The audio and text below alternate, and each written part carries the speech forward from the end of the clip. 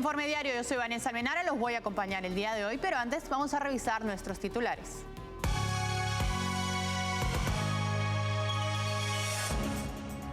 En España, la propuesta de amnistía del líder del PSOE, Pedro Sánchez, a cambio de respaldo político, socava el Estado de Derecho y genera inquietudes sobre la independencia judicial.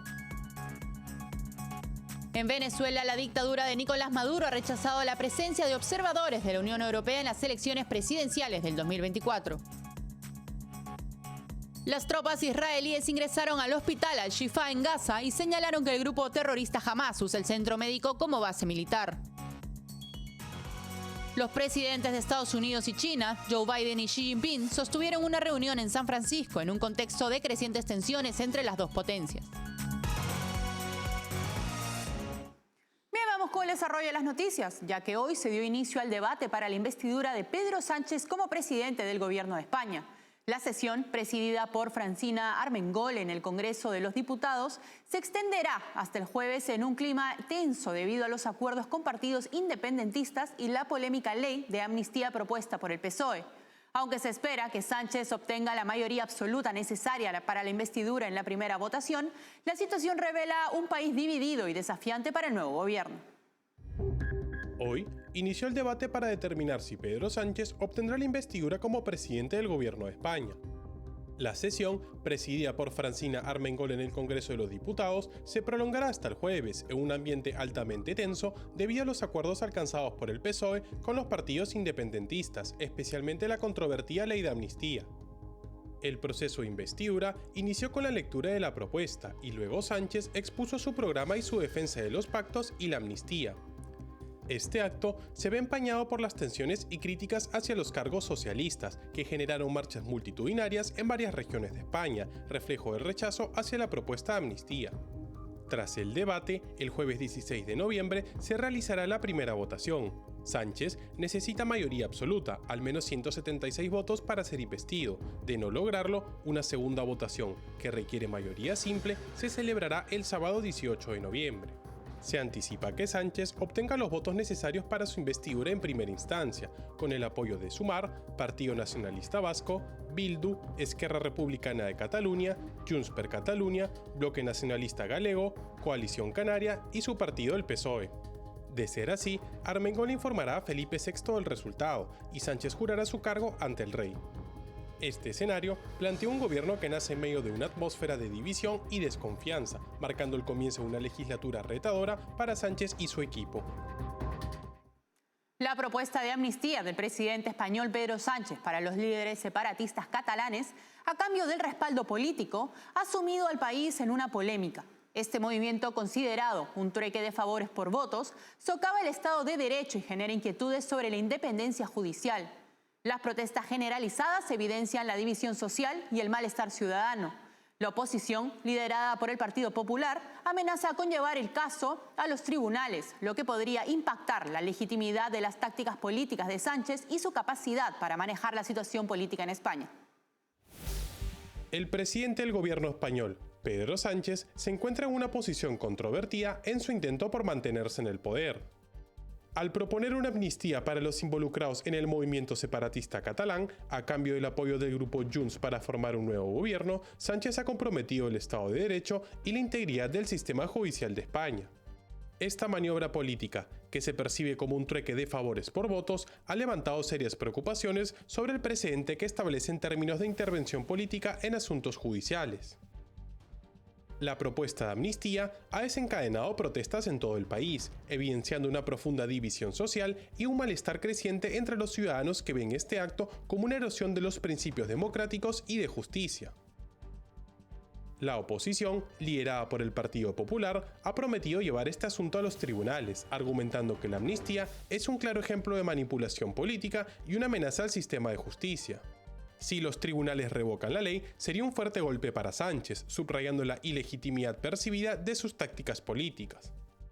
Incluso si la amnistía sobrevive al escrutinio judicial, el daño a la reputación de Sánchez y a la percepción pública de la justicia en España podría ser duradero. Permitir el regreso de figuras como Carles Puigdemont, expresidente catalán, plantea interrogantes sobre la capacidad de Sánchez para manejar la delicada situación política en España sin sacrificar principios democráticos fundamentales. La situación sugiere un periodo turbulento, generado por la disposición de Pedro Sánchez a ceder a las demandas que comprometen a la justicia a cambio de permanecer en el poder.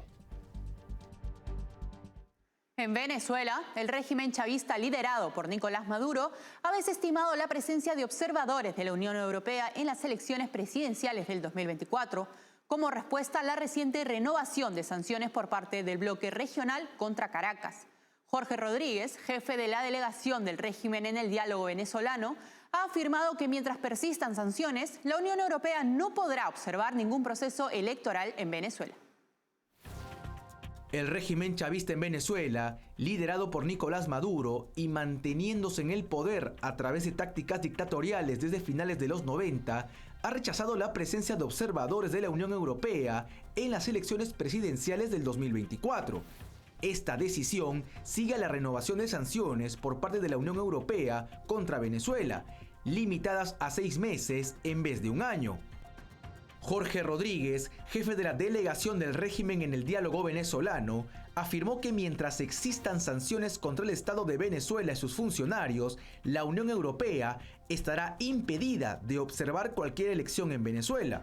Esto pese al acuerdo con Estados Unidos de permitir a observadores y de garantizar un proceso electoral justo. La postura del chavismo va en línea con la estrategia del régimen de Maduro de eliminar la competencia y reprimir la disidencia, limitando la observación internacional en un intento de controlar y manipular los resultados electorales. El dictador Nicolás Maduro criticó la renovación de sanciones calificándolas de ilícitas. Por su parte, la Cancillería venezolana, a través de un comunicado, señaló que la decisión de la Unión Europea inhabilita su participación en los procesos políticos venezolanos. Estas sanciones de la Unión Europea fueron impuestas en el 2017 debido al deterioro de la democracia, el Estado de Derecho y los derechos humanos en Venezuela. Durante las elecciones regionales del 2021, la Unión Europea denunció irregularidades en el proceso. Posteriormente, altos dirigentes del chavismo, como Diosdado Cabello, declararon que el bloque continental no debería observar más eventos electorales en el país. Esta exclusión de observadores internacionales se suma al desconocimiento del régimen de Maduro de las elecciones primarias de la oposición, en las que María Corina Machado se alzó victoriosa. La crisis migratoria venezolana persiste con más de 7,7 millones de personas viviendo fuera de su país.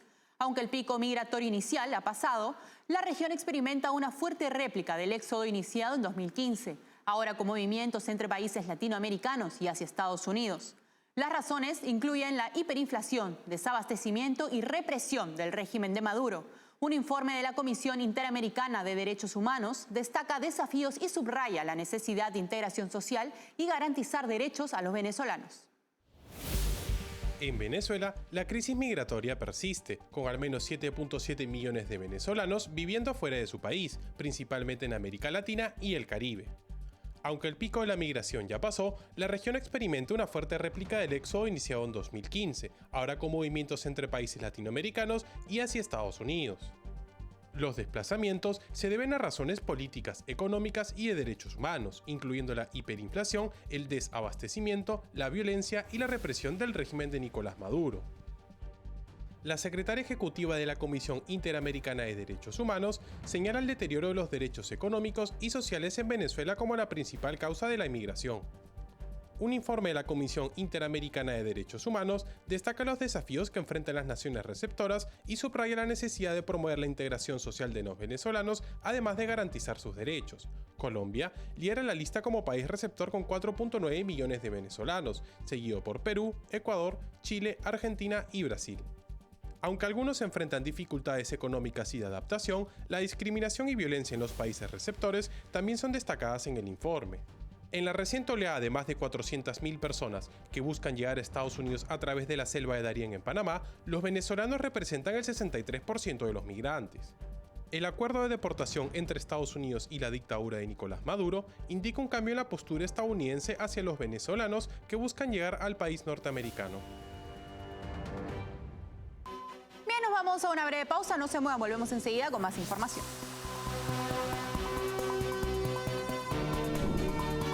Café Sombra de Pino. Un café diferente que crece a la sombra de pinos en Villarrica. Ya lo saben, Café Sombra de Pino. Un café premium al alcance de todos.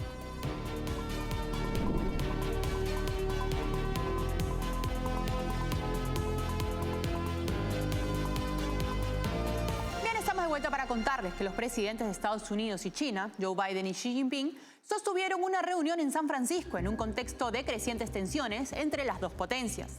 Las relaciones entre Estados Unidos y China han sufrido una serie de desafíos y conflictos geopolíticos. Las cercanas y preocupantes relaciones de China con países antioccidentales como Corea del Norte y Rusia han aumentado el distanciamiento. Además, la guerra comercial y las crecientes preocupaciones en áreas como la tecnología y la seguridad nacional han llevado a un endurecimiento en la postura de Estados Unidos hacia China. Esta reunión buscó aliviar las tensiones entre Joe Biden y Xi Jinping y también abordó temas como sobre comercio, tecnología y la importancia de mantener canales de comunicación abiertos entre ambos países. A pesar del encuentro de ambos líderes, la relación entre ambos países está en su peor nivel en décadas, en especial por sus posiciones contrarias de la soberanía de Taiwán, la invasión rusa a Ucrania y la escalada del conflicto entre Israel y Hamás.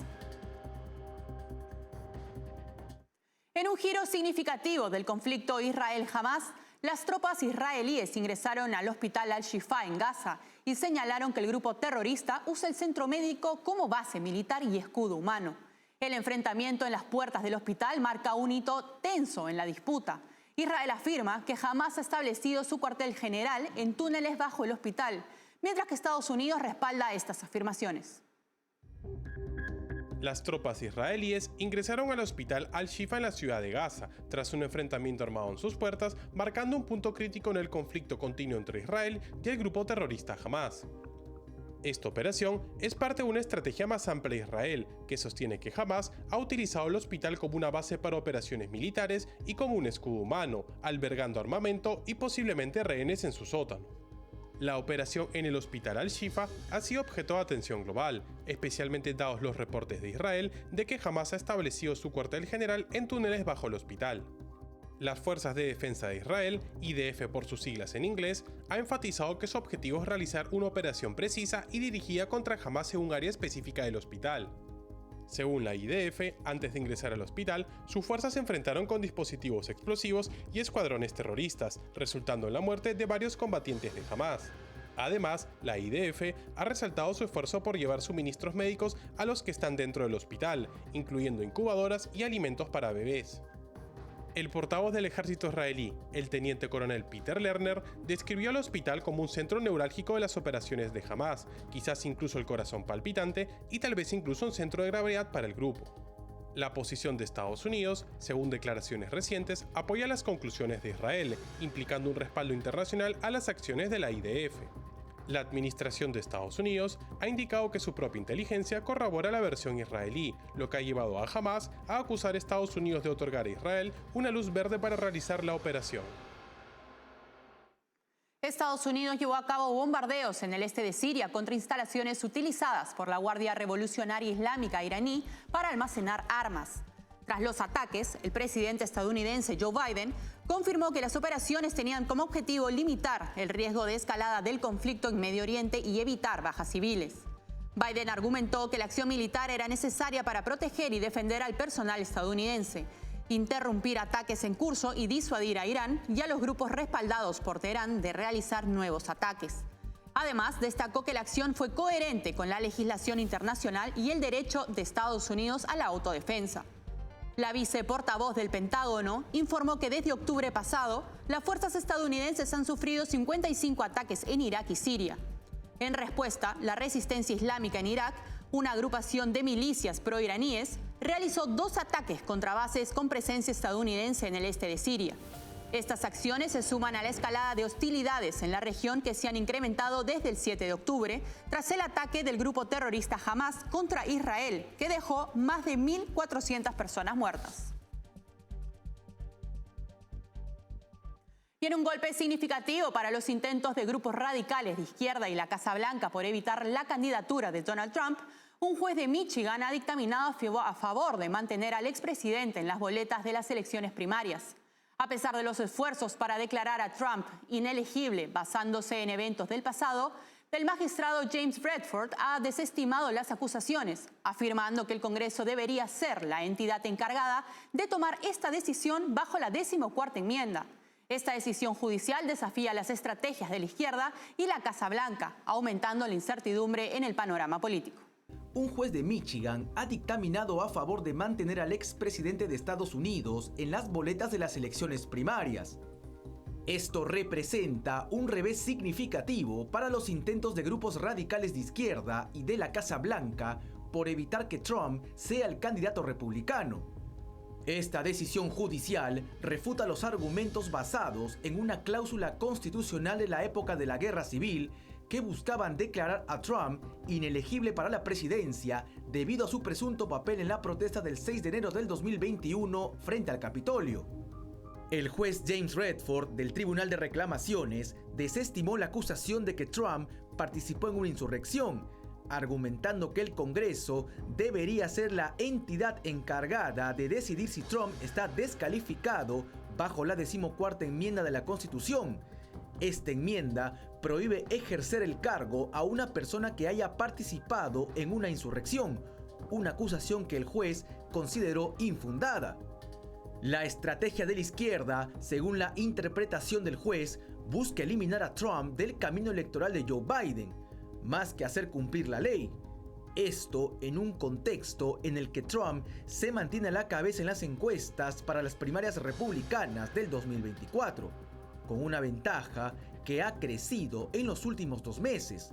Además, otras encuestas lo ponen arriba de Joe Biden en una elección general, incluyendo en los estados más importantes para la elección. Esta situación ha generado nerviosismo en los demócratas y en la extrema izquierda, que buscan evitar un regreso de Trump a la Casa Blanca. El juez Redford enfatizó que retirar a un candidato de la boleta presidencial y prohibirle postularse iría en contra de la capacidad del Congreso de eliminar tal inhabilitación por medio del voto de 2/3 de cada cámara. La Cámara de Representantes de Estados Unidos, bajo el liderazgo de su nuevo presidente republicano, Mike Johnson, aprobó una resolución crucial para evitar un cierre gubernamental. Esta acción bipartidista, que contó con 336 votos a favor y 95 en contra, refleja la disposición de Johnson para lograr acuerdos en un esfuerzo por mantener temporalmente las operaciones del gobierno federal. Este notable avance en la cooperación bipartidista contrasta con los intentos anteriores de la Cámara Baja bajo tácticas políticas similares hace solo unas semanas. Además, marca un cambio significativo en comparación con el mandato de la demócrata Nancy Pelosi, quien había promovido leyes basadas en la emergencia sanitaria por el COVID-19, que marginaron el voto republicano en varios proyectos de ley del gobierno de Joe Biden. Durante la administración de Pelosi, muchas medidas se aprobaron de manera unilateral o a través de órdenes ejecutivas por parte del presidente Joe Biden, lo que generó una división partidista notable. Sin embargo, bajo la dirección de Johnson, la Cámara de Representantes ha logrado aprobar un paquete provisional para asegurar el funcionamiento del gobierno hasta el año nuevo, demostrando un mayor grado de colaboración entre los partidos. Ahora la responsabilidad recae en el Senado, que debe actuar antes del viernes, fecha límite para evitar un cierre gubernamental. Este desarrollo en la Cámara de Representantes podría indicar un nuevo capítulo en la política estadounidense, donde la cooperación bipartidista podría superar las divisiones partidistas para el bien común del país. En medio de una severa crisis económica y elevados gastos militares vinculados a la invasión de Ucrania, el presidente ruso Vladimir Putin ha intensificado su control sobre los medios de comunicación en el preludio de las elecciones presidenciales de 2024. Las recientes enmiendas, presentadas como regulaciones electorales, revelan una estrategia para restringir la libertad de prensa y acallar voces críticas. Estas medidas se suman a acciones autoritarias previas, evidenciando el esfuerzo de Putin por manipular la información y mantener su dominio en un momento de crisis y creciente tensión. En un contexto marcado por una severa crisis económica y un considerable gasto militar derivado de su invasión a Ucrania, el presidente ruso Vladimir Putin, conocido por su régimen autoritario, ha intensificado su control sobre los medios de comunicación en la antesala de las elecciones presidenciales del 2024 en Rusia. Las recientes enmiendas aprobadas por Putin, que se presentan bajo el pretexto de regular la cobertura de las elecciones presidenciales, representan una estrategia para restringir la libertad de prensa y silenciar voces críticas. Esta medida limita severamente la participación de periodistas independientes, al requerir que solo aquellos vinculados contractualmente a medios registrados puedan cubrir las reuniones de la Comisión Electoral. Esta restricción excluye a aquellos que podrían ofrecer una perspectiva crítica o independiente. Además, las restricciones impuestas a la cobertura de actividades en bases militares y zonas bajo ley marcial sin el consentimiento previo de las autoridades evidencian un intento de Putin por ocultar las operaciones militares y las consecuencias de su política exterior agresiva. En una era donde la información fluye libremente a través de las fronteras, estas restricciones reflejan un esfuerzo desesperado por mantener una narrativa controlada y favorable al Kremlin.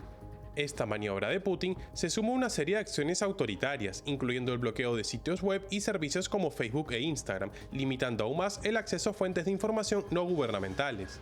En medio de esta represión a la libertad de expresión, el uso de VPN se ha convertido en un medio crucial para que los ciudadanos rusos accedan a información no censurada, aunque esto también enfrenta desafíos constantes debido a las políticas gubernamentales. Estas acciones de Putin reflejan una estrategia más amplia de control y manipulación de la información, esencial para mantener su dominio autoritario en un periodo de creciente tensión y de una severa crisis. Bien, hemos llegado a la parte final. Nosotros nos despedimos por hoy. Gracias por acompañarnos.